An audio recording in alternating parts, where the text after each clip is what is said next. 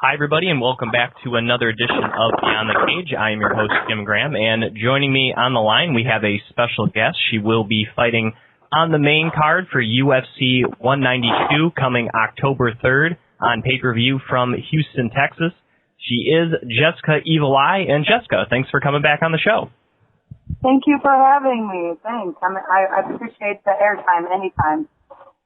Now, the last time we had you on, I believe, was right before you fought Leslie Smith. That was UFC 180. So I want to kind of get to that just a minute here. First of all, you got to fight in Mexico, the first UFC fight in Mexico. So how was just that experience, just going down to Mexico City and then eventually fighting for the fans there in Mexico? It was really enjoyable. I mean, there was a lot going on socially there, and a lot of, things that seemed to be not a good timing. But it seemed like, Mexico was really welcoming to, the fighters and to us. And it was a great experience. I was very happy with it. It was very much so an eye-opening experience for me because that was my first time ever traveling out of the country, out of the U.S. So for me, it was like, it was just a whole new world, a whole new experience, and living arrangements and how everything was. So it was awesome. I was so glad that they chose me to do it. Now, how good were the tacos down there? Man, I wish that I could have told you what they actually personally taste like, because everybody else got to try them except for me. Aww. By the time the fight ended, we got back to the hotel, the UFC had like a little food thing for us because you couldn't really leave the hotel. So I never got to try the tacos, but there was a place that was right outside the hotel that everybody was raving about. They were like, you got to try it, and all my friends did stuff. But unfortunately, I had to just listen to what they told me was good. All right. Well, I had to at least ask that because I haven't got to try authentic cuisine in Mexico maybe one day. But I'm very fortunate. I have a lot of my two very good friends. One's Puerto Rican and one's Mexican. So this family always makes very authentic food, so I do get a chance to eat theirs. Well, one thing I remember asking you about, and you didn't seem too concerned about it, was the altitude there in Mexico City. And looking at your overall performance, it didn't seem to affect you too much, but when you actually stepped into the cage and actually performed against Leslie Smith, did you notice a difference at all in your conditioning? No, I truly didn't, and I really, I was waiting for it, I was anticipating something. I really wasn't sure, I had taken every precaution. I took Joe's and did some other things that I was like, I should be all right, but you never know till you get it there. But to be honest, I felt no effects throughout the entire training week, through really anything. I felt fine. Now, of course, this fight is infamous for the fact that you popped Leslie Smith's ear, and I actually did a quick Google search before interviewing today, and if you type in your name, I think more times than not, the next word that Google pops up on the search is ear, for you popping her ear, and no pun intended on this, but did you expect that to kind of blow up, and that's kind of taken you to another level of popularity? No, I had no idea, and really, I'm known as the ear busting girl. So, it's kind of cool. That's my claim to fame. Right now in the UFC, and so better things come ahead, and I think it's kind of cool because that's what people know me as. They're like, Jessica, you're the ear buster. So it's fun for the fans. It's fun for the people. I'm sure it's not very fun for Leslie, but. Unfortunately, we're, as being in the UFC, we're kind of subjected to those kinds of moments that really aren't the most flattering or the most gracious, but, they're there no matter what. Well, I have to say, at least at my work, most of the people I work with are not MMA fans. They know I do the podcast and everything, and I had several come up to me and say, hey, did you see the fight with the girl that popped her ear? And I go, yeah, we got to interview her on my show, and they're like, oh, no way. And they were just completely taken aback that not only do I know who you are, I saw the fight, but I actually had you on the show. So even people that had nothing to do with MMA that I know were even seeing it and watched the fight. That's what I got a lot. That's what I got a lot of people from. I feel like I got a lot of people that weren't normal MMA fans that happened to see it on World Star or some of these other places. I want to say that the very next day, I think I was up to over 1 million hits on World Stars. So it's like there's a whole different crew of people that saw it, and that's me. I mean, that's kind of what we want for the sport overall, you know, is some new people to see it, and, you know, maybe I gain new fans that way, and people who just were like, that was gnarly. Like, I thought that was really cool. Now, of course, your last fight you fought back in July against Miesha Tate, and even though that didn't go your way, I and most will agree that that was a pretty close fight overall, despite getting the loss. And now that you've had a chance to kind of look back at it, what do you think was the difference in you not getting your hand raised on that night in Chicago? Well, I definitely didn't agree with a unanimous decision. You know, and unfortunately, when you leave it to judging, you leave it to opinions, and you don't get much of a choice. And you know, I was doing everything I wanted to do to Miesha in the beginning parts of that fight, and I stopped and I slipped up for a minute, and she capitalized on it, and that was when she was able to really throw in a life-changing hit for herself, and was able to kind of wobble me a little bit, you know, and it changed the direction of the fight, you know, I think until the third round, when I really just wasn't focused on what it hit me, but more of like, you know, hey, Jess, like, we're still fighting, you know, get out there and win this freaking fight. And that was probably one of my biggest dilemmas in the fight, is that I was so asphyxiated on like, well, what the hell did she even hit me with? You know, that when I came back home and I sat with one of my boxing coaches, unfortunately not able to be there because of an injury, who's usually always in my corner. You know, we sat down and we were talking. He's like, we watched the fight. He goes, you're not even listening to what Marcus is telling you. You're watching the screen to see what happened. And I think that kind of was in my head in the second round. They were like, hey, what did I actually get hit with? Like, what did she get me with? And instead of just being like, you know what, screw it, you're here, you're stable, you're fine. The punch did not hurt me. It literally, like, it's the weirdest thing. It just shut my legs down, which was something I'd never encountered before. It didn't hurt. I never felt hurt. It was like my legs kind of went wobbly there for a minute.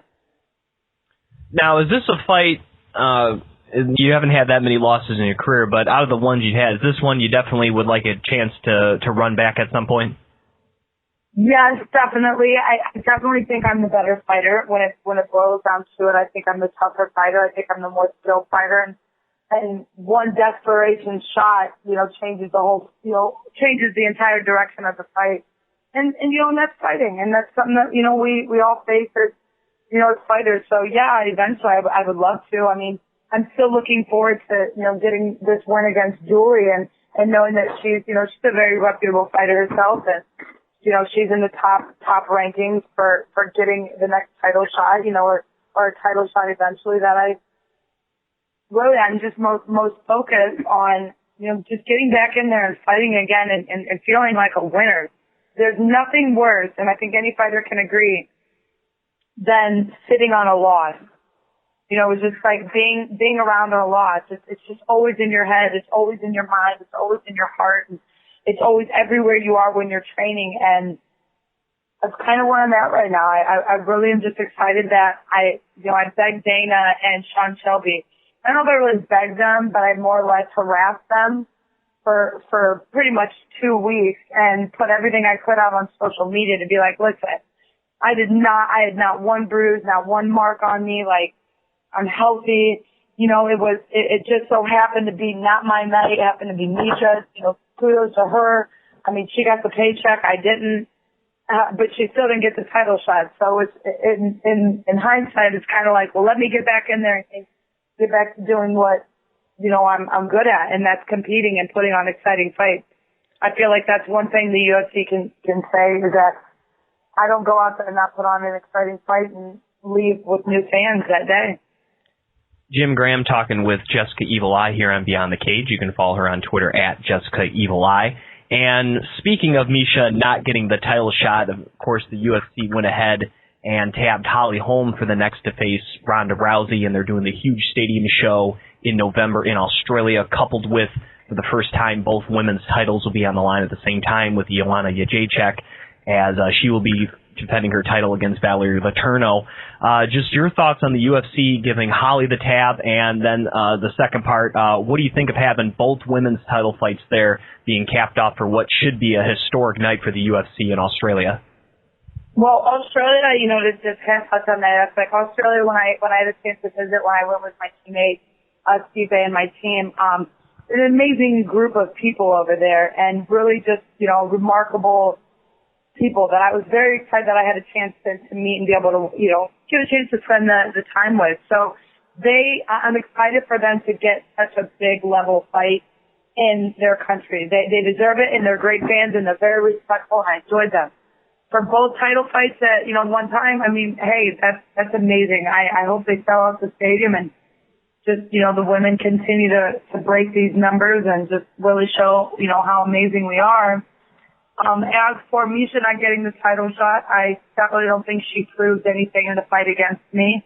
I think that on 1 out of 5 times she wins that fight, and I win it 4 other times. And I think that the matchmakers in the UFC also know that. But I also think that, Ronda wants all the undefeated girls first before she makes her rounds around again. I think that they're kind of setting it up where they're able to settle, undefeated versus undefeated. And I think that makes for a better sell, if that makes sense, than, contenders, with losses. I feel like they're kind of going in that direction, undefeated fighter versus undefeated fighter, and who will get the tainted record. And I think it's an easier sell for the UFC that way, and I think that's kind of the direction they're going. I think that's kind of what Ronda wants to do. Ronda wants to be that one on undefeated, fighter's record. Right. That's my theory, at least. Now, I got to bring this up because it's just happened in the news, and it's something that you had a similar kind of facing, albeit a different state, but it has come down from Nevada State Athletic Commission that Nick Diaz will face a 5-year suspension and a fine of $165,000 following a somewhat interesting failed 1 test out of 3 for his fight against Anderson Silva in January. And I was just wondering what your thoughts were on this suspension for Mr. Diaz. I think it's way too extreme.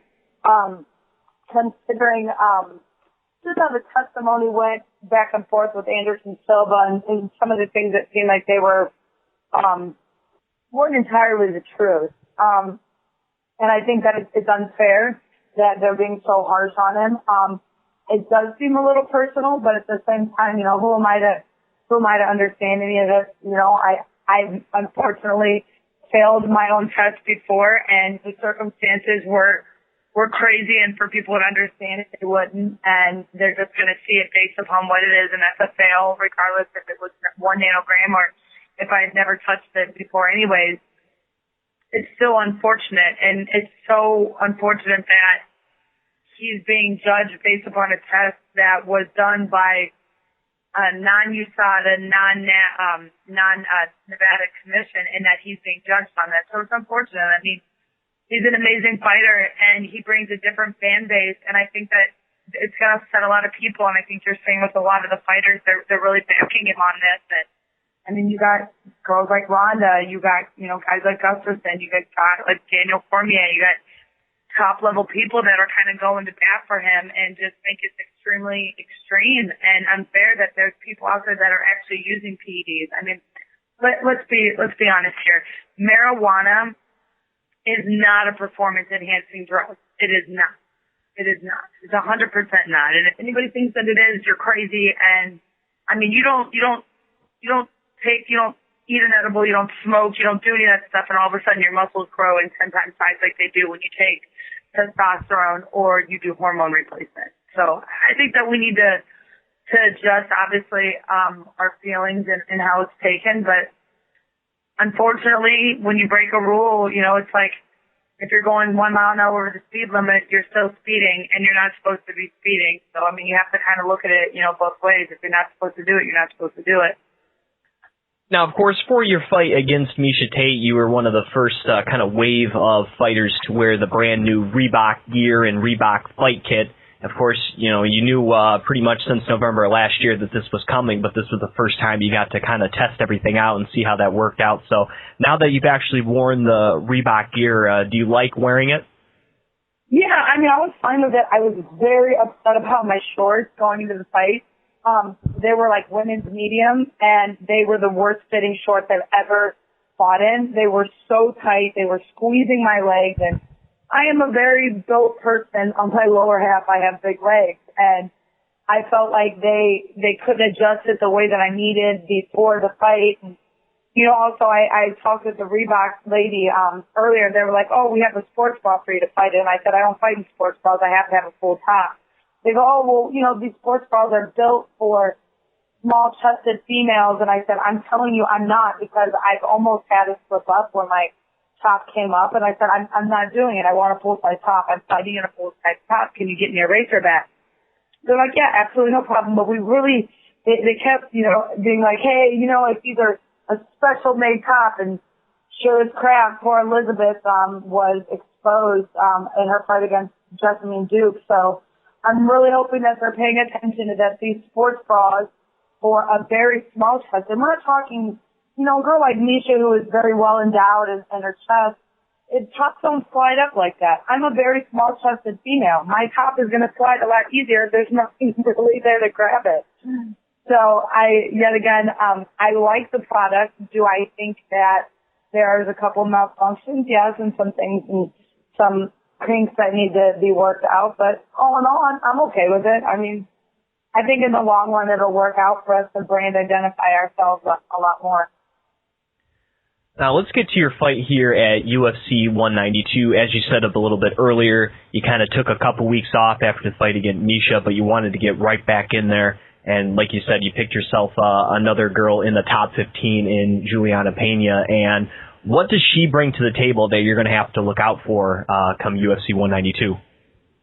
I took that week off, and really I only took a week off, and I pretty much ate cake that entire week from Monday to Friday after that loss, because it was my birthday week, and I just, kind of drowned in my sorrows in a little bit of cake. But, woke up that following Monday and was like, hey, this is fighting. I've suffered losses before, and I've came back and I've won multiple times. So there's, a lot I can do with this. But, Julie's got a lot to the table. She's coming off of, 2 great wins, in the UFC. She won the Ultimate Fighter.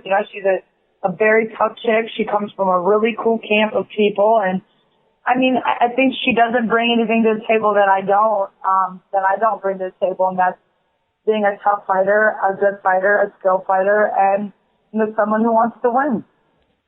Now, looking over her record, one of her losses, she ended up going into the 3rd round, and looking at the majority of her career, whether it be a win or a loss, she's only been into the 3rd round once. Is that something that you may try to kind of hone on and try to get this fight into the 2nd and into the 3rd, knowing that she doesn't have a lot of experience going 10 or 15 minutes in a fight? Well, I think you can go back and look at my record. I've got a lot of hours. I've taken a lot of fights for the 3rd round. My cardio, my abilities are never an issue. So really for me, I mean, that's no danger. I've finished fights 1st round, 2nd round, taking it all the way. But I mean, I don't try to go in and before a fight and predict and be like, this is exactly what I'm going to do. I take it day by day. And I mean, we'll see where the fight goes. We'll see if it's a finish or, whatever it is. I let every opportunity create itself at that moment. I'm definitely going out there with the attitude to win and be the winner, bottom line. I mean, I'm not walking away losing again. Now, so far in her fights, it's pretty much been getting an early takedown and then pounding out her opponent very viciously. That's kind of been her MO so far since coming over to the UFC.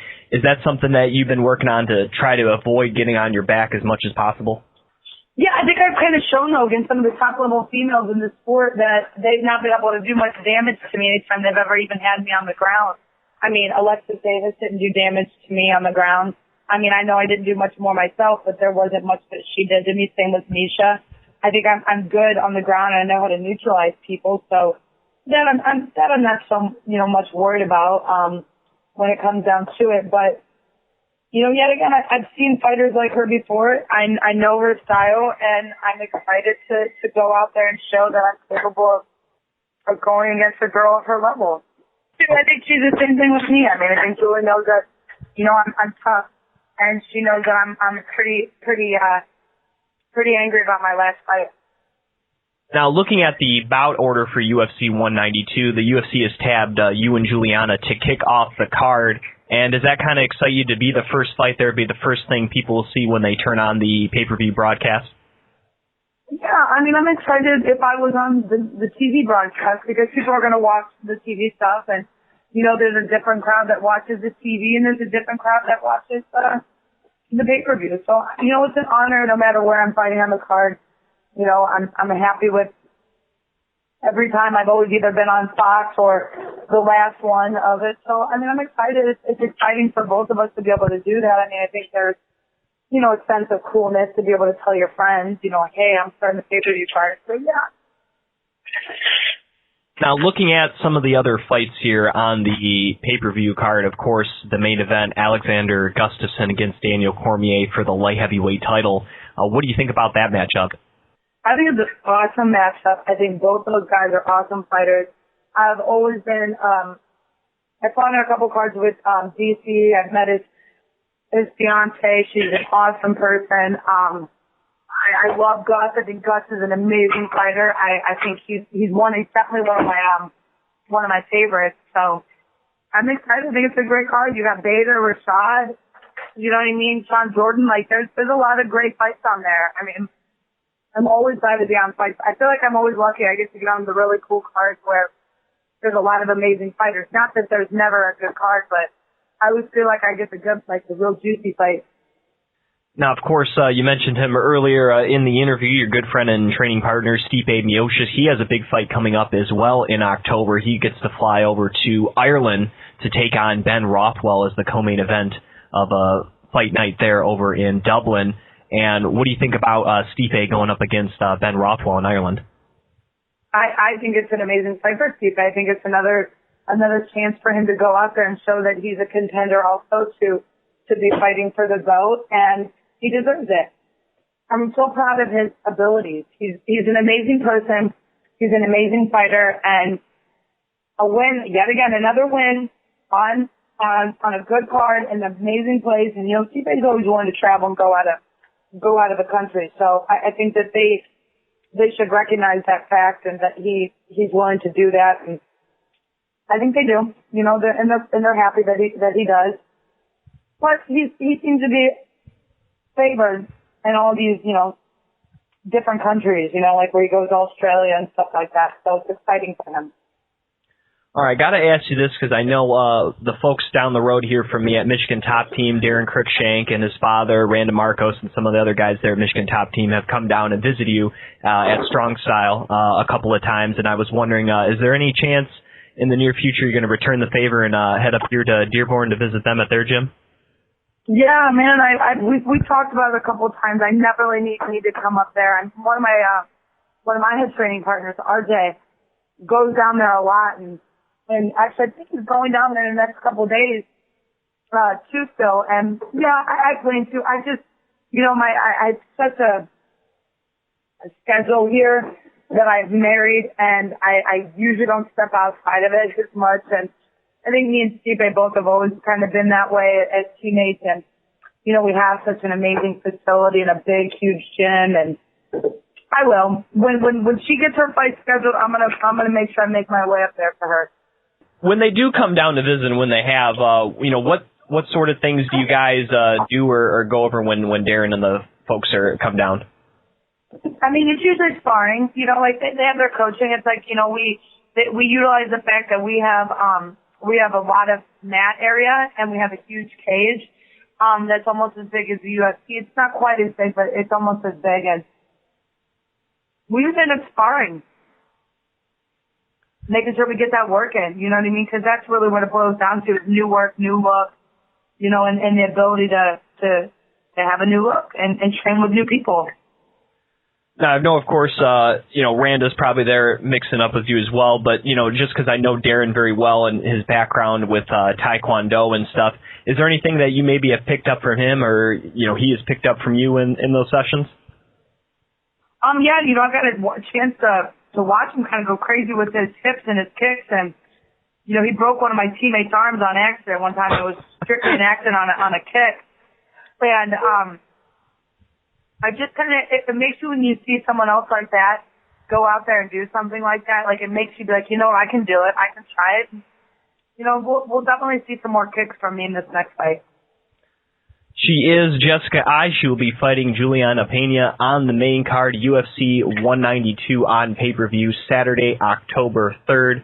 From Houston, Texas. You can follow her on Twitter at Jessica Evil Eye and the same handle on Instagram as well. So, Jessica, thanks again for coming on the show. Wish you the best of luck come UFC 192 on October 3rd. Well, thank you so much, and I'll definitely let you know if we come up that way, and I'll be able to get a picture or something with you. Awesome. Thank you very much, and once again, good luck on the fight. Thank you. You rock. That was Jessica Evil Eye right here on Beyond the Cage.